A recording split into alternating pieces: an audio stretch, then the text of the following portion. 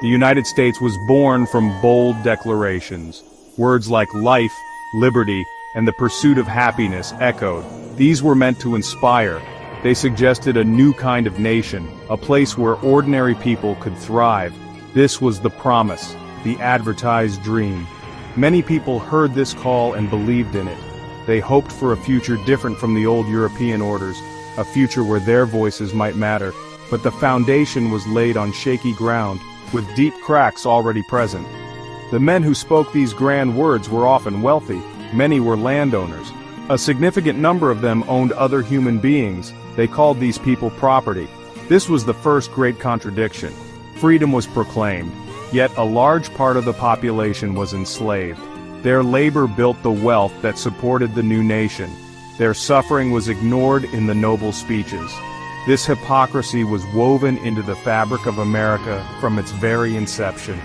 The nation began with a struggle over who truly belonged. This struggle would continue for generations.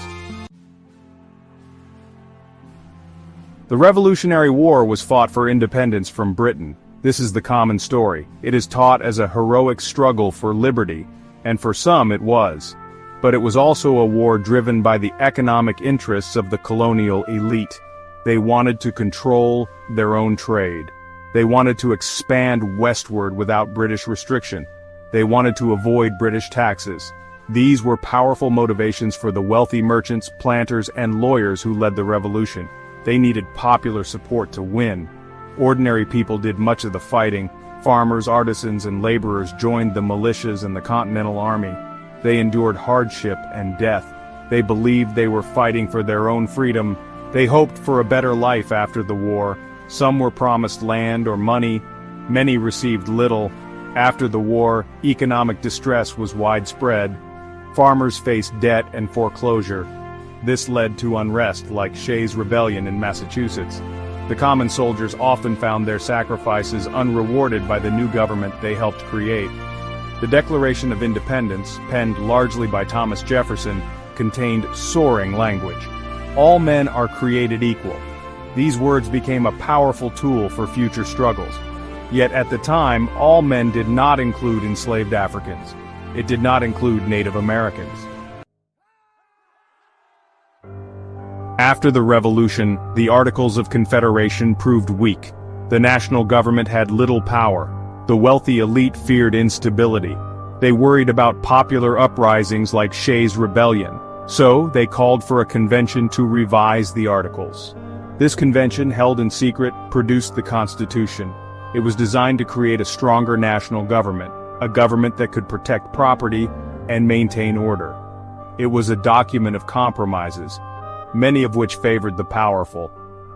One major compromise concerned slavery. Southern states wanted enslaved people counted for representation in Congress. But they did not want them counted for taxation purposes if it meant higher taxes. The 3/5 compromise was the solution. Each enslaved person would count as 3/5 of a person for both representation and taxation. This gave Southern states more power in the federal government. It also enshrined slavery within the founding document of a nation supposedly dedicated to liberty. The Constitution also included a fugitive slave clause, requiring the return of escaped enslaved people.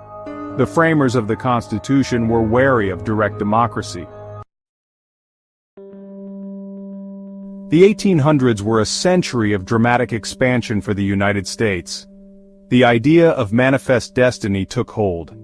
This was the belief that the U.S. was divinely ordained to expand its dominion.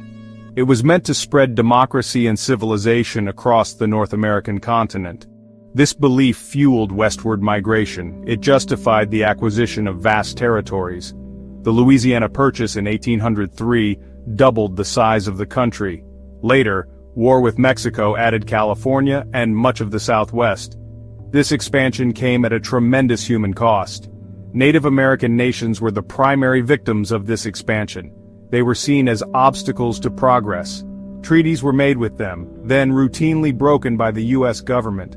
Tribes were forcibly removed from their ancestral lands.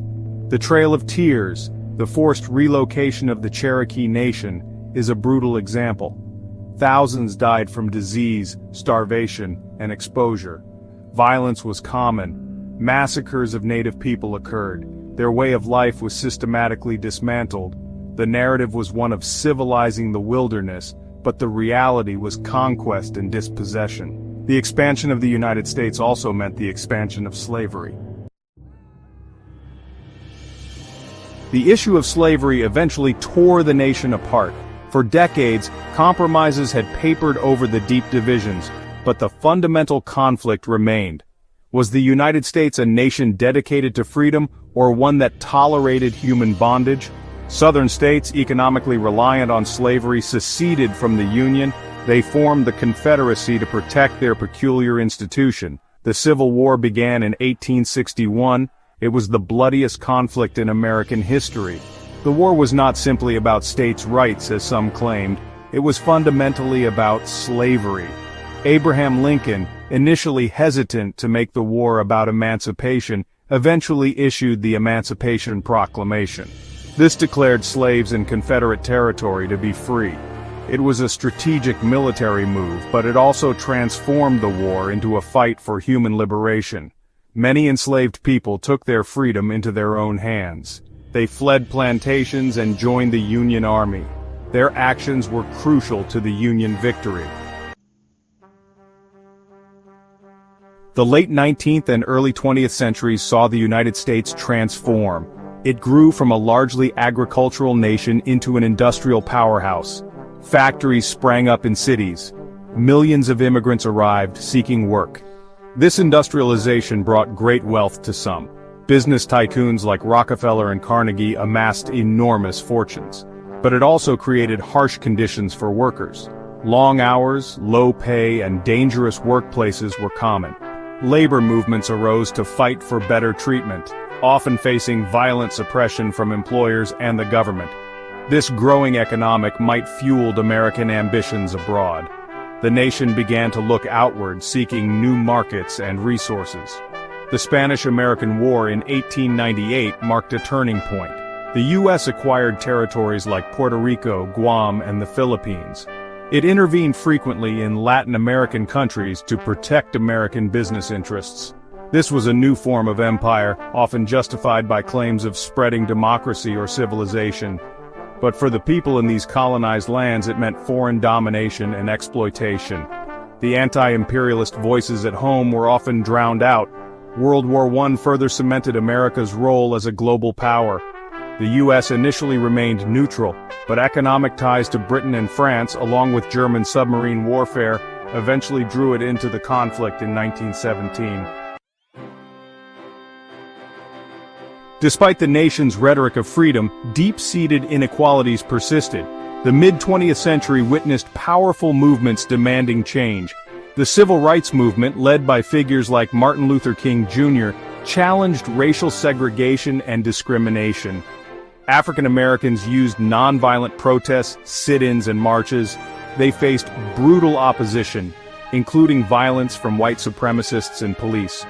Their courage forced the nation to confront its legacy of racism. Landmark legislation like the Civil Rights Act of 1964 and the Voting Rights Act of 1965 were passed. The struggle for equality was not limited to African Americans. Women continued to fight for equal rights. The feminist movement gained momentum in the 1960s and 70s. Women demanded equal pay, reproductive freedom, and an end to gender discrimination. LGBTQ+ individuals began to organize more openly, demanding an end to persecution and recognition of their rights. The Stonewall riots in 1969 were a pivotal moment. Chicano farm workers, led by Cesar Chavez, fought for better wages and working conditions. Native American activists occupied Alcatraz and Wounded Knee to protest broken treaties and demand self-determination. These movements often faced resistance from those in power. The government sometimes responded with repression. The end of the Cold War in the early 1990s seemed to promise a new era of peace. The United States stood as the world's sole superpower. Some spoke of the end of history, but new challenges soon emerged. The terrorist attacks of September 11, 2001, profoundly shook the nation. Nearly 3,000 people were killed. The U.S. responded by launching a war on terror. This led to long and costly wars in Afghanistan and Iraq. The motives and outcomes of these wars remain highly debated. In the name of national security, civil liberties were curtailed. The Patriot Act expanded government surveillance powers. Debates raged over torture, drone strikes, and indefinite detention. Fear and suspicion became pervasive. Anti-Muslim sentiment rose. The wars abroad and the security measures at home came at a significant cost. Billions of dollars were spent. Many lives were lost, both American and foreign. The promise of a peaceful new century seemed to evaporate quickly. The nation found itself entangled in complex global conflicts with no clear end. Economic inequality also became a major issue. The gap between the wealthiest Americans and everyone else widened significantly. The United States has always been an experiment. It is not a finished product. It is an ongoing process of struggle and change. The high ideals proclaimed at its founding: liberty, equality, justice, have rarely been fully realized. They have served more often as goals to strive for. They have been the rallying cries for those excluded and oppressed. The nation's history is a story of conflict. It is a conflict between these ideals and the often harsh realities of power, prejudice, and profit. So, what of the American dream today? Does it still hold meaning? For some, perhaps it does. For those born into privilege or those who achieve remarkable success, the dream may feel real, but for many others it seems like a cruel myth. For those facing systemic racism, economic hardship, or political disenfranchisement, the promise of equal opportunity rings hollow. The dream itself is being redefined. Is it about individual wealth? Or is it about a society where everyone has a chance for a decent life, dignity, and a voice? The nation continues to reckon with its past and present. Debates over historical monuments, reparations for slavery, and police brutality are part of this reckoning. Thank you for watching. Good vibes, smart minds, facts that fascinate, history that hooks. Subscribe, like, and share this video. Stay curious and inspired.